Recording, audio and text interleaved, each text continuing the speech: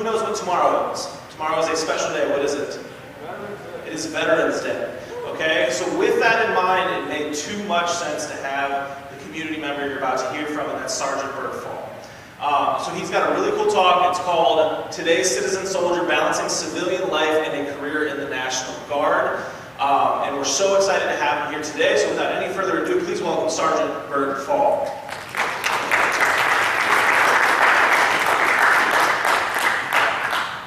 Good afternoon. Thank you for having me here today. Like Mr. Miller said, tomorrow is Veterans Day, and I've given a lot of veteran talks, but with this format, something a little bit new to me.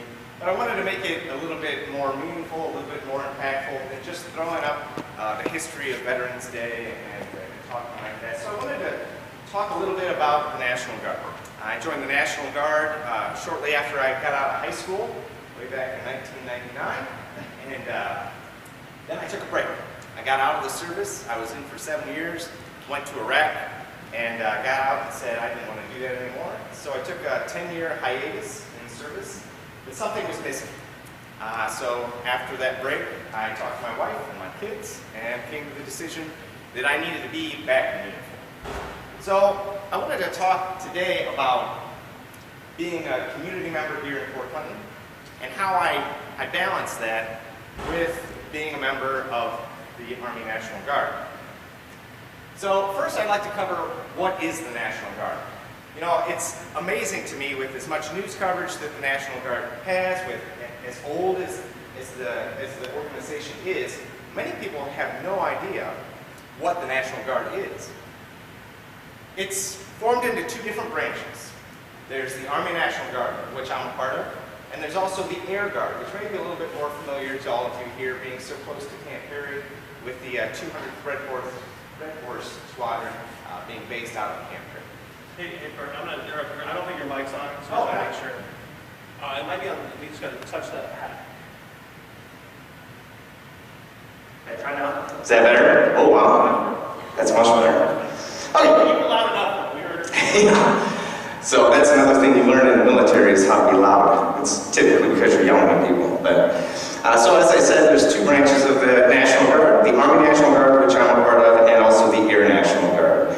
There are National Guards in 54 U.S. states and territories. Of course, that's all 50 states, and also the territories of Puerto Rico, the U.S. Virgin Islands, Guam, and also Washington, D.C. The National Guard operates under the authority of the governors of those states. So Governor Mike DeWine is the Commander-in-Chief of the Ohio Army National Guard and the Ohio Air National Guard. And the territorial governors of Puerto Rico, Virgin Islands, and the like are the Commander-in-Chief of there. The only difference is the District of Columbia, which the Commander-in-Chief is the President of the United States. The National Guard responds to domestic emergencies. We'll go over those here in a few moments, but that's mainly what we're known for. But we also respond to federal duty during times of war, which has put a huge strain on the National Guard over the past 20 years. A little history behind the National Guard. We are actually the oldest military service in the United States. We predate the United States itself by quite a lot, as you can see. It was formed on December 13, 1636, as the militia of the Massachusetts Bay Colony. And there are units in Massachusetts that still bear streamers, campaign streamers from the American Revolution. That militia looked quite a bit different than today's National Guard. Militiamen in those days elected their own officers. They typically drilled with units in their local area, their villages or their towns, and they also had to buy all of their own equipment too. So if you had a musket, you could join the militia, and that was it. Typically, it was for defense of the community. However, when the British, when Paul Revere made his midnight ride and said the British were coming, the British were actually coming for those militiamen's arms and munitions, and they defended them at the Battle of Lexington and Concord. So the very first shots of the American Revolution were fired by militiamen and National Guardsmen. A little history behind the National Guard further into after the American Revolution. is that we've basically been involved in every one of America's major wars. Beginning with the War of 1812, and during the Mexican-American War in the 1840s, 70% of all soldiers were National Guardsmen. During the American Civil War, the very first units to mobilize were all National Guard units. In fact, I'm a member of the 112th Engineer Battalion here in Ohio. It's based out of Cleveland area. And we're very proud of the fact that we are the oldest and most decorated unit in the Ohio National Guard. And our campaign streamers bear names like the Battle of Bull Run and the Battle of Shiloh. Going further, nearly all of U.S. forces during the Spanish-American War were members of the National Guard. In the 1800s, the Americans didn't seem to see a need for a standing army, so the National Guard was really the majority of the military at that time. World War I kicks off, and the National Guard contributed 40% of all combat divisions in France. By the time World War II comes around, the National Guard contributed 18 Army divisions to the war effort. A few years later, the National Guard sent 140,000 guardsmen to Korea. In Vietnam, there was a step back. There were only a few thousand National Guardsmen activated and sent to Vietnam. Years later, General Creighton Abrams famously said that he was in charge of all forces in Vietnam from 1968 to 1972. And he said that one of the biggest regrets is that they didn't utilize the National Guard during that time. During Operation Desert Storm in the early 90s, 63,000 guardsmen were activated and sent to Saudi Arabia and Kuwait. But the National Guard really had to shine during the global war on terrorism. After the events of September 11th, 2001, 45% of all U.S. troops that have been deployed to Iraq and Afghanistan have been part of the National Guard, not the active duty military. The National Guard today, lots of opportunities and consistently changing.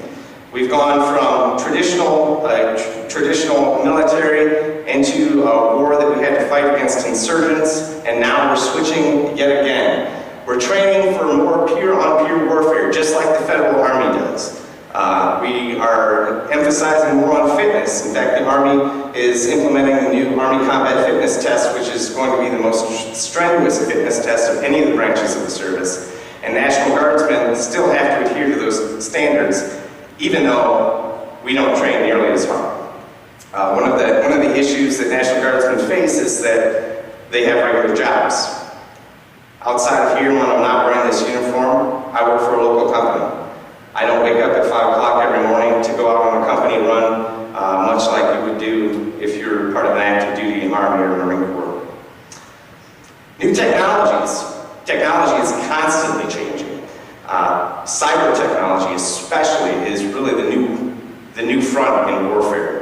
Something very concerning with the Pentagon, and National Guardsmen need to know how to use these computer systems to defeat enemy threats. We also have increased training days, something that's very difficult to deal with when most of the time you're a civilian. We had to increase training days went into effect 2 or 3 years ago, and it used to be that the National Guard, they drilled on the weekends. 1 weekend a month, 2 weeks in the summer was the famous advertising line. So you would go to drill someplace in Ohio from Saturday and Sunday, and then 2 weeks during the summertime, you would go off and train as a company. Those days are long gone. In fact, just this past weekend, I drilled Thursday, Friday, Saturday, and Sunday in Indiana. Coming up, I've got a drill that starts on Tuesday and goes through Saturday. I've got 2 weeks to do in the wintertime, which should be a lot of fun. And our annual training that's usually 2 weeks is currently scheduled for 40 days at the moment. So balancing that while also having to balance a civilian career and family can be very challenging. In addition to increased training days and more training, we've also had to respond to a lot of natural disasters and pandemics lately. Civil disturbances My unit was activated for state active duty earlier this spring. I got a phone call one Sunday afternoon, and they said that you needed to have all your stuff packed and in formation within 6 hours, and my company was there. I spent the next 2 weeks training for civil disturbances. Wildfires out west, immense problem. The National Guard has stepped up to help fight them. Hurricane relief is something that's constantly the National Guard is constantly being used for every season. And of course, COVID-19 responses. The Ohio National Guard especially has done a fantastic job with COVID-19 responses. They've activated thousands of people to assist at food banks, to assist with developing alternate care sites, also doing COVID-19 checks on people, and medical support for the first responders and the like. The balance. All of that has to take place along with your civilian life. College. One of the big reasons that people join the National Guard is because the Ohio National Guard pays for 100% of your college tuition. You go, you sign up, you raise your right hand, you go to basic training. Every year when college terms start, you sign a piece of paper and they take care of the bill for you. It's a pretty nice deal. However, when your unit gets called up during that time, that takes time away from school. It's hard to get your work done. You have to go talk to your professors. You have to tell them I'm in the National Guard, and my unit is going to training during the week, so I won't be able to be here. Of course, they don't believe you, so you have to provide your orders for them, and it can be very challenging for people who are in college and in the National Guard at the same time. Your career. People often join the National Guard for military occupational skills. If you want to be a plumber, or if you want to be a carpenter, if you want to learn about computer systems, the National Guard is a great place to learn that, because you can find jobs that will teach you those skills that you can use in your civilian careers. Some jobs don't transfer, like mine. Professional contacts. I've known several guardsmen who got a career outside of the National Guard by meeting somebody in the National Guard, whether it was a supervisor or a fellow soldier, and worked at UPS, or they worked for a paving company, or they worked for a bank. You can make those sorts of contacts with a variety of people that are probably the most diverse people across the state. But you have to balance your work and military obligations. Myself, I'm a sales rep, and a lot of my income is based on commissions. So when the National Guard calls and I have to go away for a couple of weeks out of nowhere, my employer feels the strain on that, as does my family. So you have to be able to balance that, be able to work at home. You have to be able to work in your military career at home while also doing your civilian career. And of course, family obligations. The military has a lot of family support groups. We call it MilFam. The Army likes to make a lot of things complicated with acronyms. But the Army can provide a lot of support for military families because of all the stress that the family goes through. However, you also have to realize that you may miss weddings, birthdays. In fact, my son turned 14 last month and I was away training and drill. You sometimes have to miss graduations. And the hardest part sometimes is when your friends are going out on a weekend and it's beautiful out and you're stuck at drill. Now, a lot of that, you can obviously tell that I'm not a recruiter, because a lot of that makes it seem like, don't do this. This is the worst idea ever. But that's the farthest from the truth. Balancing that is part of a soldier's life. We do resilience training in the Army, and it's the kind of thing that helps you overcome stress, especially between civilian and work life, deployment, stress that can come from deployments and things like that. And one of the biggest things we teach people is to hunt the good stuff. Hunt the good stuff. Find something in what you are doing that makes it worthwhile. And it's going to be different for everybody. Some people like that 100% college tuition.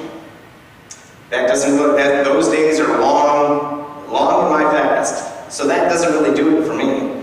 But, like you can see up here in this top right-hand corner, this is my squad violently opening a door.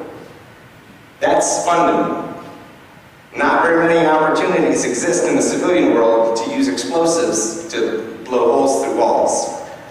It's something I get to do every once in a while, and that's fun to me. Rappelling, I enjoy it. When they first told me about rappelling, I told them that somebody with the last name of Fall has no business being on a rappel company. But, turns out, it's one of my favorite things to do. I get to do that with the National Guard. A lot of jobs in the National Guard are things that you wouldn't be able to get training for in the civilian world, or if you did, it would be very expensive to do. Just over here in Toledo is home to the 180th Fighter Squadron. You've probably seen their jets flying around their F-16s. A lot of people don't realize that these are National Guardsmen. Every once in a while on weekend or during the week for flight hours, they put on a flight suit, go hop on an F-16, and fly around for a few hours. It's a pretty cool thing that you get to do that you'd never be able to do working in a civilian job. Esprit de corps, that's kind of an unfamiliar term in the civilian world. Really it just means morale, spirit of the corps. This is where the rubber really meets the road, because this is where you see individuals with low morale, or low esprit de corps. They get into the National Guard or the active duty military and they hate it. They're constantly complaining. They don't like the ruck marches, they don't like you have to wear the uniform, they don't like being told what to do. These are all things that you need to sort of balance out for yourself. But the people with esprit de corps end up thriving in the National Guard. And they love it. They find those good things, and they find others who enjoy it as well. In this picture here, you can see it's a little blurry, but the soldier holding the red flag, our company guide on, had just finished a 12-mile ruck march that he ran most of the way as part of a competition. And the rest of our platoon met him at the finish line, cheering him on every step of the way. That's esprit de corps. Today is November 10th. Today is the Marine Corps birthday. There are few people with more esprit de corps than the United States Marine, I'll tell you that. And so today, you will see them wearing their baseball caps. They're very proud of their service, and they're very proud of the branch of military that they are in. Just like a lot of military professionals should be. The uniform. This is my dress uniform. Don't have to wear it a whole lot, but you notice that there's a lot of stuff on it. All of that goes to your esprit de corps, your morale, things that you've done in the past, things that you were rewarded for, and it just makes you feel better about being a soldier. And you need that a lot of times when you're on those 12-mile ruck marches, or you're out in the woods laying underneath a log for 6 hours, waiting for some unit to come walking down and you set an ambush for them. Or even the days when you're just sitting there waiting in line with nothing to do, but you can't go anywhere else. You need to wait in this line for forever. It's one thing soldiers, sailors, airmen, and Marines are good at, is standing in lines. I talked about the company guide on, and I previously mentioned that our battalion one had streamers from all Civil War battles and everywhere since then. This is our company guide on. You'll see Central Europe written on there. One you can't see is Normandy. My company stormed the beaches of Normandy during World War II. Luzon, Philippines. These are streamers that are put on company guide-ons in order to boost the morale and instill a sense of pride in your company. These are things you can do in the civilian world as well. Whether it's the school, which we do it here all the time with the Portland Redskins. Every football game you go to, you have a cheering section. Well, we used to when we could go to football games, I guess, but there's always been an immense amount of pride with Portland High School. And it's the same way with the National Guard, and you need that in order to have a successful career.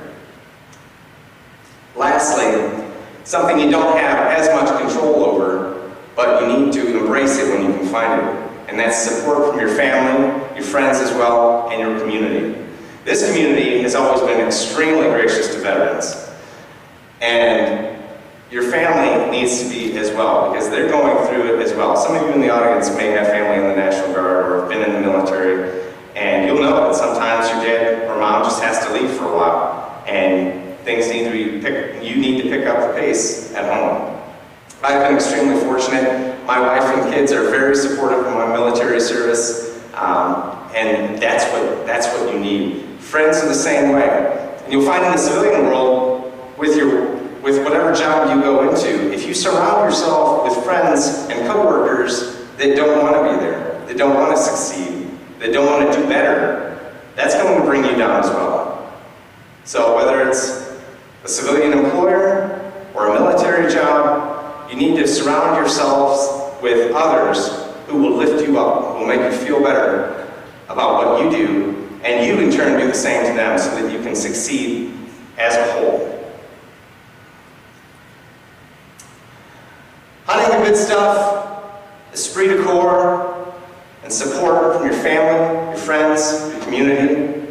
Things that not only in the military will make you successful, but also in the civilian world.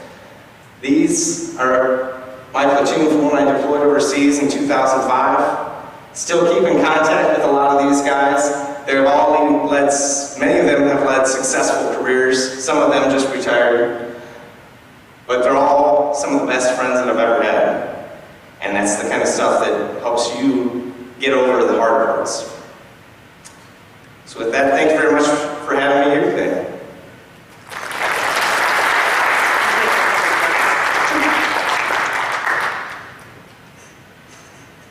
All right, we have...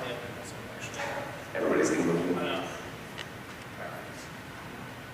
Oh, I mean, okay, we have time for a couple questions.